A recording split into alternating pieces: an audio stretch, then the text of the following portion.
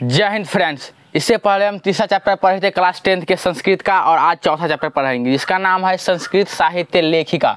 मेरे हाथ में एनसीईआरटी का बुक है संस्कृत का जिसका नाम है पीयूषम। ठीक है, तो यह संस्कृत साहित्य लेखिका आज हम पढ़ेंगे। इससे पहले जो हम पढ़े थे ना, वो अलस कथा पढ़े थे। इतना डिटेल, इतना आसान तरीका से अलस कथा को पढ़े थे कि मज़ा ही आ गया था। ठीक है, अगर आप अलस कथा चैप्टर नहीं पढ़े हैं, चाहे फर्स्ट सेकेंड थर्ड नहीं पढ़े हैं, तो आप डिस्क्रिप्शन में लिंक है, जाकर क्लिक कीजिए, जाकर के पढ़िए। ठीक है, बहुत ही आसान तरीका से समझाए थे, बहुत ही आसान तरीका से।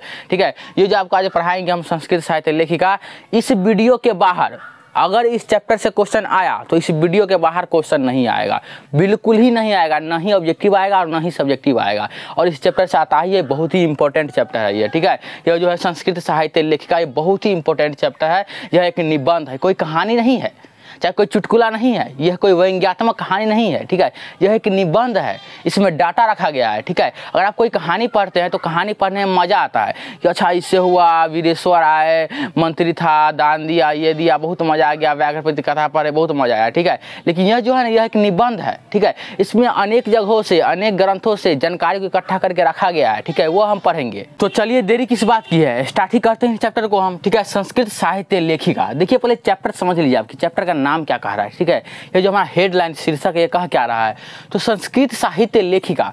संस्कृत का जो साहित्य होता है, ठीक है, हमारा हिंदी साहित्य जो है, हिंदी का जो कहानी है, कविता हुआ, निबंध हुआ, जितना सारा हुआ ना, ठीक है, वो सारा क्या हुआ, हिंदी साहित्य हुआ। ठीक है, और ये जो संस्कृत साहित्य, जितना चीज़ लिखा हुआ रहेगा सारा संस्कृत में लिखा हुआ रहेगा। ठीक है, तो उसमें संस्कृत साहित्य को लिखने में कौन कौन से लेखिकाओं का योगदान है। लेखिका मतलब कौन, लेखक मतलब अगर कोई लड़का, अगर हम लिखेंगे किसी कहानी को, किसी साहित्य को, किसी निबंध को, किसी कविता को, तो हम हुए लेखक। ठीक है, और कोई स्त्री लिखेगी तो क्या हुआ, वो लेखिका हुआ। क्या हुआ, लेखिका हुआ। तो संस्कृत साहित्य में कौन कौन से लेखिका है उसी का वर्णन है। ठीक है, यह एक निबंध है, तो निबंध में समझते ही आपकी एक डाटा दिया गया कि कौन थी, कहाँ थी, इतिहास का पूरा डाटा है। ठीक है, तो ये याद ही करना पड़ेगा। ठीक है, और यह जो है ना, इस बुक में लाइन बाय लाइन, ठीक है, एक एक लाइन से इंपॉर्टेंट बात को उठा करके, इंपॉर्टेंट वाक्य को उठा करके यहाँ पे रखा गया है। ठीक है, देखिए सारा इंपॉर्टेंट बाय इंपॉर्टेंट है। ठीक है, इससे बाहर तो ऑब्जेक्टिव आ ही नहीं सकता है और ना ही सब्जेक्टिव आएगा। ठीक है, चलिए हम स्टार्ट करते हैं संस्कृत साहित्य लेखिका, जो एक निबंध है। ठीक है, आप बुक निकाल लीजिए। ठीक है, अगर बुक नहीं निकाल सकते हैं तो आप स्क्रीन पर बुक देखिए। ठीक है, और हम बुक को पढ़ाते हैं। ठीक है, और जहाँ जहाँ इंपॉर्टेंट बात आएगा वो तो हम लिख ही दिए हैं, लेकिन फिर बता देंगे। ठीक है, चलिए ध्यान दीजिए क्या कहा जा रहा है। कहा जा रहा है समाजस्य यानम पुरुष है नारी भीष्ट चलती। समाजस्य यानम, समाज का गाड़ी है ना, समाज की जो गाड़ी होती है वह पुरुष और स्त्री दोनों से चलती है। और कोई समाज, किसी समाज में अगर सिर्फ स्त्री है तो समाज नहीं चल सकता है, और सिर्फ पुरुष है तो समाज नहीं चल सकता है। स्त्री और पुरुष का होना बहुत ही जरूरी है। ठीक है, अगर समाज की गाड़ी को चलाना है आगे भविष्य तक, तो स्त्री और पुरुष का होना बहुत ही जरूरी है। तो क्वेश्चन आएगा कि समाज की गाड़ी किससे चलती है। ऑप्शन ए स्त्री से, ऑप्शन बी पुरुष से, ऑप्शन सी स्त्री और पुरुष दोनों से, ऑप्शन डी इनमें से कोई नहीं। तो ऑप्शन सी स्त्री और पुरुष दोनों से चलती है समाज की गाड़ी। यह बहुत ही इंपॉर्टेंट ऑब्जेक्टिव पूछेगा आपको। ठीक है, अगला कहा जा रहा है, यहाँ पे लाइन देखिए, साहित्य अपि उभयो समानम महत्वम। साहित्य अपि, साहित्य में उभयो दोनों का समानम महत्वम, समान महत्व है। किसका समान महत्व है, स्त्री और पुरुष दोनों का समान महत्व है। यह नहीं कि सिर्फ पुरुष जो है ना, लेखक ही, ऋषिगण ही पढ़ाई करते थे और रचना करते थे संस्कृत साहित्य का, स्त्री भी करती थी। वो अलग बात है कि थोड़ा कम मात्रा में करती थी, क्योंकि पहले स्त्रियों को पढ़ने का ज़्यादा अधिकार नहीं दिया जाता था। ठीक है,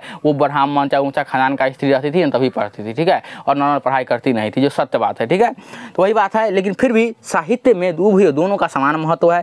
अधुना आजकल सर्वभाषासु है ना, साहित्य रचनायाम स्त्रियों अपि तत्पराः सन्ति। ठीक है, यशश्च लभ्यन्ते। कहा जा रहा है कि अधुना आजकल सर्वभाषासु, सभी भाषाओं के, ठीक है, साहित्य रचना करने में स्त्रियों अपि, स्त्री भी तत्पराः सन्ति, तत्पर रहती है कि हम भी रचना करें, हम भी पढ़ाई करें, हम भी कहानी लिखें, हम भी निबंध लिखे संस्कृत में। ठीक है, तत्पर रहती है और यश प्राप्त करना चाहती है। ठीक है, संस्कृत साहित्य प्राचीन कालादेव साहित्य समृद्ध योगदानम न्यूनाधिकम प्राप्यते। कहा जा रहा है कि प्राचीन कालादेव है ना, संस्कृत साहित्य में प्राचीन काल से ही संस्कृत साहित्य को समृद्ध करने में योगदान है किसका, स्त्री का। न्यूनाधिकम, न्यून माने कम और अधिक माने ज्यादा, कम या अधिक योगदान है। या नहीं कि स्त्री साफ मूर्ख थी और कुछ भी नहीं लिखी है संस्कृत में। ठीक है, स्त्री और पुरुष दोनों ने मिलकर लिखा है, जिसमें स्त्री का कम या अधिक योगदान है। ठीक है, उसी ने स्त्री के बारे में पढ़ेंगे इस चैप्टर में कि किस किस स्त्री का यहाँ पर योगदान है।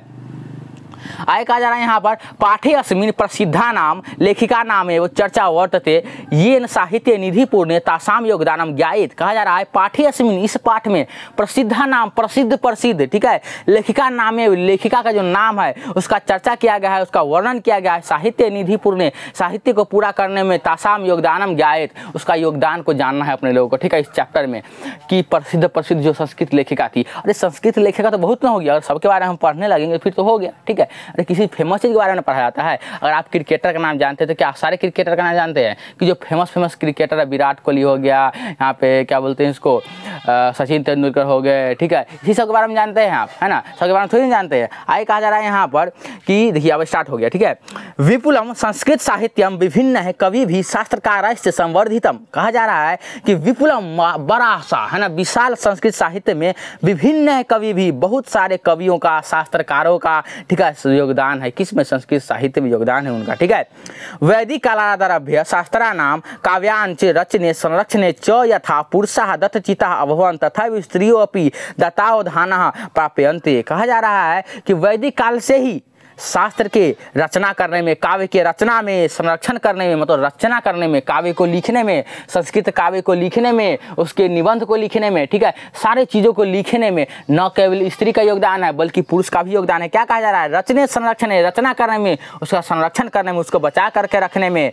च यथा, न केवल पुरुष दत्तचिता, पुरुष का योगदान है, अभवान तथा योगदान है, तथा बल्कि स्त्रियों अपनी, स्त्री का भी योगदान है। किसमें? संस्कृत साहित्य के रचना करने में। आगे कहा जा रहा है वैदिक युग में मंत्रा नाम दर्शका न केवल ऋषियः, मंत्र जो है ना, मंत्र का उच्चारण करने में, मंत्र को पढ़ने में, वैदिक काल में, वेद के समय में, है ना, बहुत दिन पहले की बात चल रहा है, बहुत दिन पहले की बात चल रहा है। पहले वेद को पढ़ने में, मंत्र को पढ़ने में, श्लोक सबको पढ़ने में न केवल पुरुष का योगदान था, न केवल ऋषि का योगदान था, बल्कि स्त्री का भी योगदान था। प्रत्युत ऋषिका अपि सन्ति, बल्कि स्त्री का भी योगदान था, ठीक है। ऋग्वेदे चतुर्विंशति अथर्ववेदे च पंच ऋषि का मंत्र दर्शन वतयो निर्दिश्यन्ते यथा यमी अपाला उर्वशी इंद्राणी वागम भृणी इत्यादि। क्या कहा जा रहा है कि ऋग्वेद में, वेद कितने होते हैं? तो वेद 4 होते हैं, एक ऋग्वेद, एक सामवेद, एक यजुर्वेद, एक अथर्ववेद, ठीक है।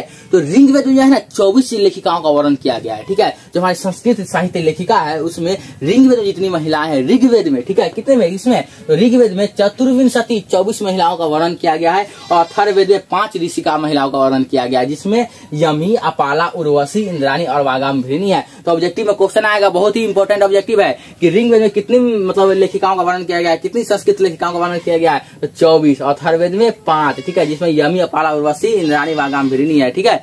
आगे कहा जा रहा है यहाँ पर कि बृहदारण्यकोपनिषदि याज्ञवल्क्यस्य पत्नी मैत्रेयी दार्शनिक रुचिमती वर्णिताम, ठीक है, याम याज्ञवल्क्य आत्म तत्व शिक्षयति। कहा जा रहा है कि बृहदारण्य उपनिषद, ठीक है, एक उपनिषद है जिसका नाम है बृहदारण्य उपनिषद, बृहदारण्य उपनिषद, ठीक है। इसमें याज्ञवल्क्य की पत्नी मैत्रेयी का वर्णन किया गया है, जिसमें याज्ञवल्क्य ने मैत्रेयी को आत्म तत्व शिक्षयति, आत्म तत्व की शिक्षा दिए थे, ठीक है। तो क्वेश्चन आएगा कि याज्ञवल्क्य ने किसे आत्म तत्व की शिक्षा दिए थे?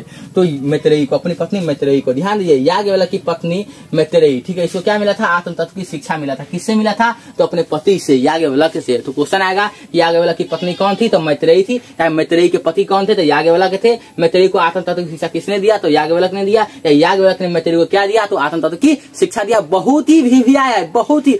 अरे हम इस पे जो लिख दिए ना वही आएगा, ठीक है। जो इस वीडियो में हम पढ़ा दिए उससे बाहर नहीं आ सकता इस चैप्टर में, ये गारंटी ठोक के बोलते हैं हम, ठीक है। रिकॉर्ड कर लो, स्क्रीनशॉट मार लो, ठीक है, रख लो इस बात को। जो यहाँ पे हम पढ़ा दिए इस चैप्टर में, इससे बाहर नहीं पूछा है और नहीं पूछेगा कभी, ठीक है, कभी नहीं पूछेगा। चाहे किसी भी साल का एग्जाम हो, यहां से लेकर 2000 क्या बोलते हैं 3010 तक का एग्जाम क्यों ना हो, इससे बाहर नहीं आएगा, यह ध्यान रहे, ठीक है। तो चलो ध्यान से देखो क्या कहा जा रहा है यहाँ पे। आगे कहा जा रहा है यहाँ पर जनकस्य सभायाम, जनक के सभा में। जनक कौन थे? तो हमारी सीता माता है, ठीक है, उनके पिता थे जनक, ठीक है। तो जनकस्य सभायाम, जनक के सभा में, ठीक है। शास्त्रार्थ कुशला गार्गी, शास्त्र में, शास्त्रार्थ में मतलब कन्वर्सेशन में। शास्त्रार्थ मतलब क्या होता है कि पहले क्या होता था कि बड़े बड़े जो ऋषिगण थे, ठीक है, चाहे बड़े बड़े विद्वान थे, एक साइड उनको बैठा दिया जाता था और दूसरे साइड उनके प्रतिद्वंदी को बैठा दिया जाता था, ठीक है, कॉम्पिटिटर्स को, ठीक है। और वहां से वो क्वेश्चन पूछते थे, बताओ आत्मा क्या है, और यह आत्मा के बारे में जानकारी देते थे। इधर से पूछा जाता था बताओ हिंसा क्या होता है, वहां से क्वेश्चन आता था बताओ परम शांति क्या है, बताओ ये क्या है, बताओ वो क्या है, बताओ प्रभु को कैसे प्राप्त करें, बताओ परम पिता कौन है, ऐसा ऐसा क्वेश्चन होता था। ठीक है, तो ये विद्वान सबके साथ जो शास्त्रार्थ होता था ना, उसमें जनक जी के सभा में, जनक जी के दरबार में एक है ना बहुत ही विद्वान थी जिसका नाम था गार्गी, जो शास्त्र में बहुत ही कुशल थी। तो क्वेश्चन आएगा कि जनक की सभा में शास्त्र में कुशल कौन थी, शास्त्रार्थ में कुशल कौन थी, तो गार्गी थी। जनक की सभा में कौन थी, तो गार्गी थी। यह बहुत ही इंपॉर्टेंट है, ठीक है, बहुत ही ज्यादा, हम बोल दिए ना इंपॉर्टेंट है।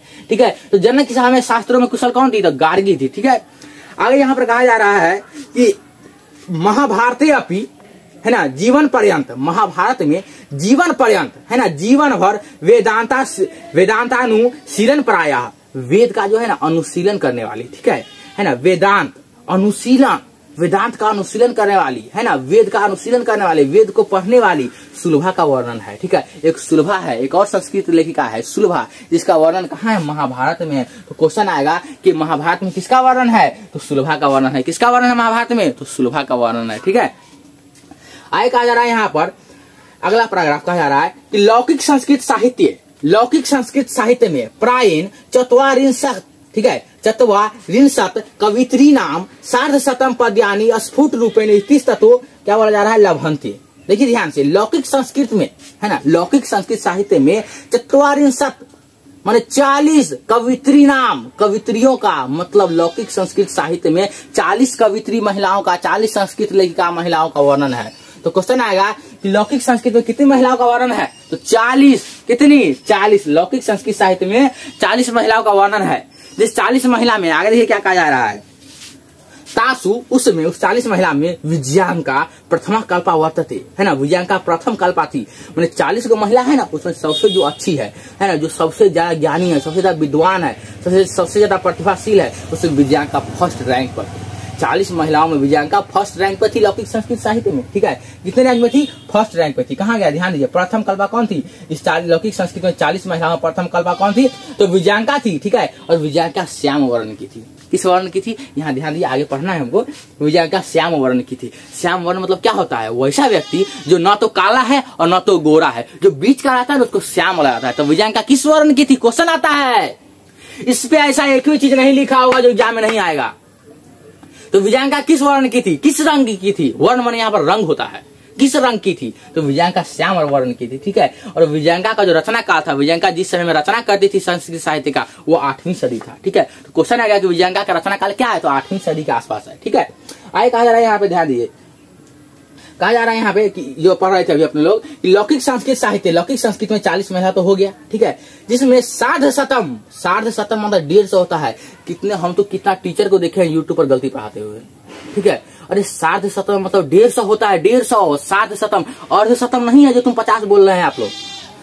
ठीक है, मतलब हम उनको बुराई नहीं कर रहे हैं उनकी, ठीक है ना, हम बोल रहे हैं कि वो जो मतलब जैसे बोलते हैं कि 700 मतलब कितने टीचर, अधिकतर नहीं, कितने टीचर बोलते हैं कि 50 होता है। ठीक है, और अर्धशतम मतलब 50 होता है, सार्धशतम मतलब 150 होता है। ठीक है, तो लौकिक संस्कृत में 150 पद, यानी 150 पद दिए गए हैं लौकिक संस्कृत की मतलब महिलाओं का। ठीक है, लौकिक संस्कृत में जो 40 महिलाएं हैं उनका 150 पद दिया गया है। कितना, 150, ध्यान दीजिए, कुल पद कितने हैं, तो 150, कितने हैं, 150 पद है, कुल कितने पद है, 150 पद है। ठीक है, इसको हम बोलते हैं सार्धशतम, 150 पद है कुल। ठीक है, आगे यहाँ पर कहा जा रहा है, ध्यान दीजिए, कि जो श्याम वर्ण सीधी थी, मतलब श्याम वर्ण की है। ठीक है, आगे देखिए एक श्लोक है, ठीक है, कि नीलोत्पल दल श्यामाम विजयांका जानता वृथा दंडिना प्रोक्ता सर शुक्ला सरस्वती।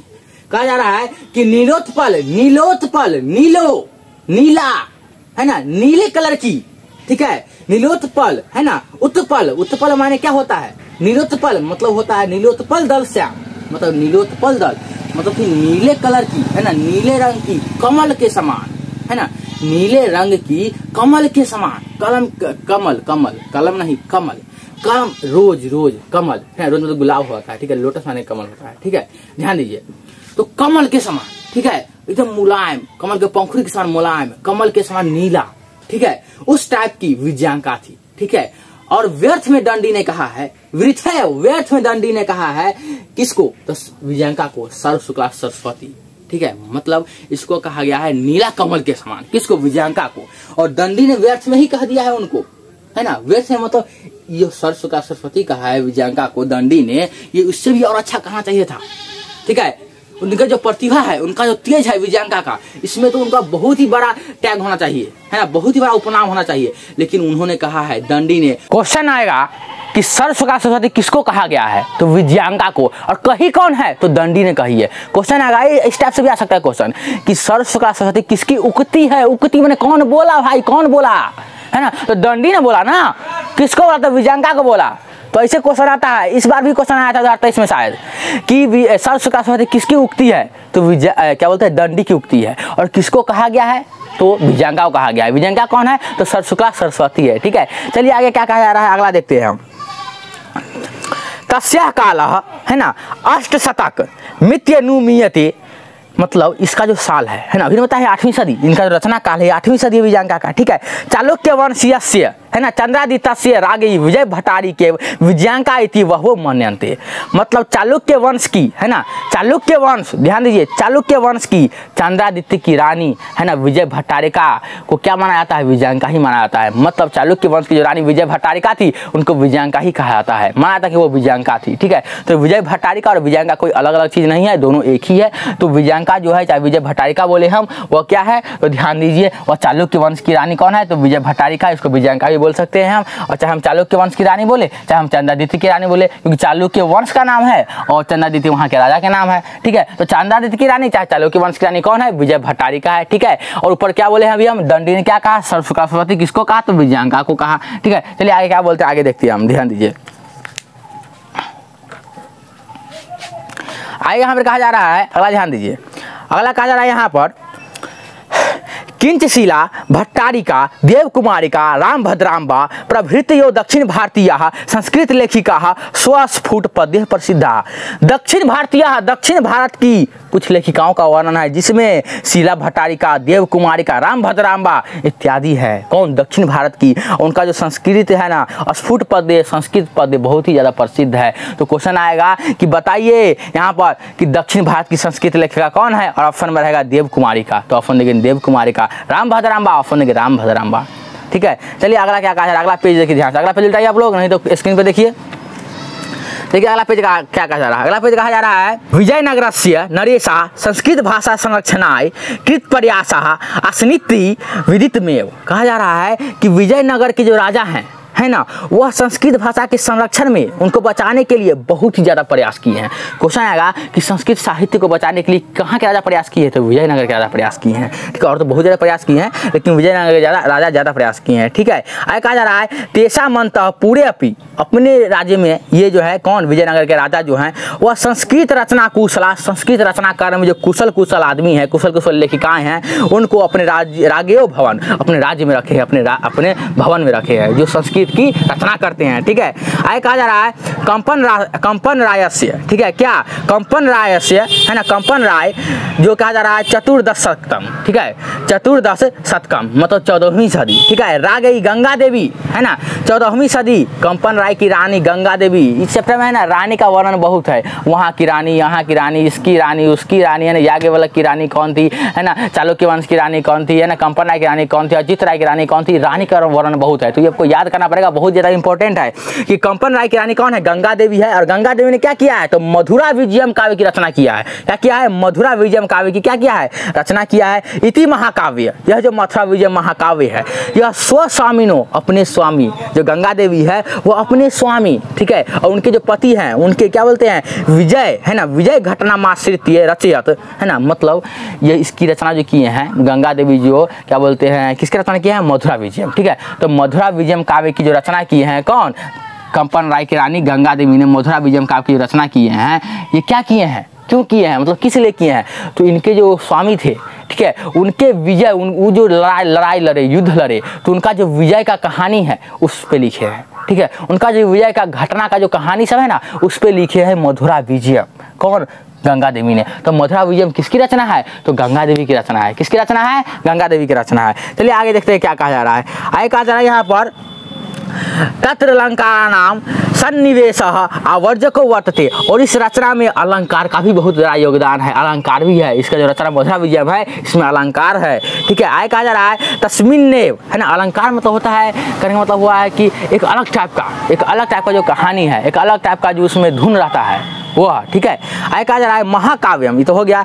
तस्मिन्नेव, उसी राज्य में, तस्मिन्नेव राज्य, इसी राज्य में षोडश शतके, 16वीं शताब्दी में, किस राज्य में? तो विजयनगर राज्य में।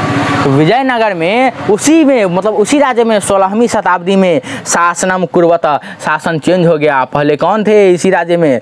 जो विजयनगर के राजा थे, इससे पहले कौन आया था? तो कंपन राय आए थे। उसके बाद कौन आए यहाँ पर? तो अच्युत राय। कौन? अच्युत राय। अच्युत राय से रागेयी, अच्युत राय की रानी तिरुमलांबा। तो अच्युत राय की रानी कौन है? तिरुमलांबा है। अच्युत राय की रानी कौन है? तिरुमलांबा है। कंपन राय की रानी कौन है? गंगा देवी। अरे रानी याद करो ना पहले तुम, कि दंडी ने क्या कहा? शुक्ला सरस्वती किसको? विजयंका को। चालुक्य वंश की रानी है चंद्रादित्य की रानी कौन है? तो विजय भट्टारिका या विजयंका हम बोल सकते हैं, ठीक है, जिसका रचना काल 8वीं शताब्दी था, ठीक है। कंपन राय की रानी कौन है? गंगा देवी, जिसने क्या किया है? मथुरा विजय काव्य की रचना किया है। अच्युत राय की रानी कौन है? तिरुमलांबा है, अभी जो हम पढ़ रहे हैं जिसके बारे में, क्या है?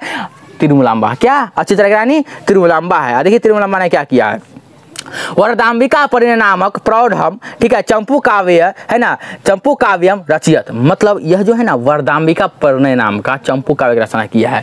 तो क्या किए हैं? ये जो तिरुमलांबा है वह वरदाम्बिका परिणाम है ना, वरदाम्बिका परिणाम का चंपू काव्य की रचना किया है, ठीक है। तो क्वेश्चन आएगा कि वरदाम्बिका परिणाम के चंपू काव्य की रचना किसने किया है?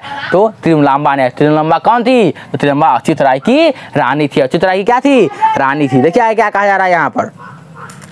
आगे यहाँ पर कहा जा रहा है कि तत्र वहाँ संस्कृत गद्यस्य, संस्कृत का जो गद्य है, कहानी है, छठा समस्त पदावल्या ललित पद विन्यासेन चातिव शोभती है। वहाँ जो है ना, जो संस्कृत का जो गद्य है, कहानी है, उसका छठा एकदम निखर रहा है, शोभ रहा है, एकदम ललित है, एकदम रोमांचक है ना। इतना अच्छा संस्कृत का पद्य है, इतना अच्छा संस्कृत का गद्य है कि पढ़ने में मजा ही आता है। बहुत ही रोमांचक है, बहुत ही ज़्यादा ललित है, ठीक है। यह कहा जा रहा है यहाँ, ठीक है। आगे कहा जा रहा है संस्कृत साहित्य प्रयुक्तम दीर्घतम समस्त पद्मपि तत्रैव लभ्यते। यहीं पर है ना, विजयनगर में ही एक तो ललित मतलब ललित टाइप का गद्य सब है, एकदम इंटरेस्टिंग गद्य सब है। और ऊपर से संस्कृत साहित्य में प्रयुक्तम दीर्घतम बड़े बड़े जो शब्द हैं संस्कृत साहित्य के, वो भी वहीं पे मिलेंगे आपको, ठीक है।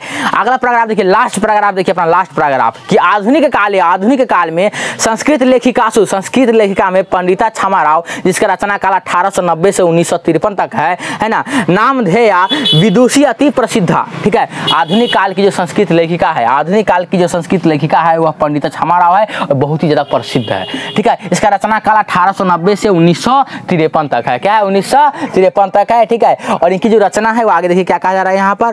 कहा जा रहा है कि तया वे जो है स्वपितु, अपने पिता, जो हमारी क्या है, पंडिता क्षमा राव जो हमारी संस्कृत लेखिका है 1890 से 1953 वाली, ठीक है, उनके जो पिता है स्वपितु, अपने पिता, जिनका नाम क्या है, उनके पिता का नाम क्या है? शंकर पांडुरंग पंडित, है ना, शंकर पांडुरंग पंडितस्य, उनके, ठीक है, महतो विदुषो, है ना, महतो विदुषो, है ना, महतो विदुषो मतलब उनके महान जीवन के बारे में, है ना।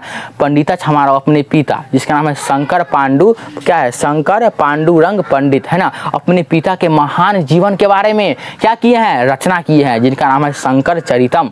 शंकर उनके पिताजी का नाम हो गया और चरितम उनके चरित्र के बारे में, उनके जीवन के बारे में, उन्हें खुद के पिता के जीवन के बारे में कौन लिखी है? तो पंडिता क्षमा राव लिखी है, जिनका नाम है शंकर चरितम। तो बार बार क्वेश्चन आता है कि शंकर चरितम किसकी रचना है? तो पंडिता क्षमा राव की रचना है। किसकी रचना है? पंडिता क्षमा राव की रचना है, ठीक है। इनका रचना काल क्या है? तो 1890 से 1953 तक है, ठीक है। आगे कहा जा रहा है इनका बहुत सारा रचना है ना। गांधी दर्शन प्रभावित है, गांधी जी के दर्शन से प्रभावित होकर, गांधी जी से प्रभावित होकर उन्होंने सत्याग्रह गीता लिखा, मीरा लहरी, कथा मुक्तावली, विचित्र परिषद यात्रा, ग्राम ज्योति इत्यादि बहुत सारे जो है ना अनेक पद्य, है ना, अनेक पद ग्रंथा नाम, पद और पद ग्रंथ, बड़े बड़े ग्रंथ सब लिखी है, ठीक है। आगे कहा जा रहा है वर्तमान काल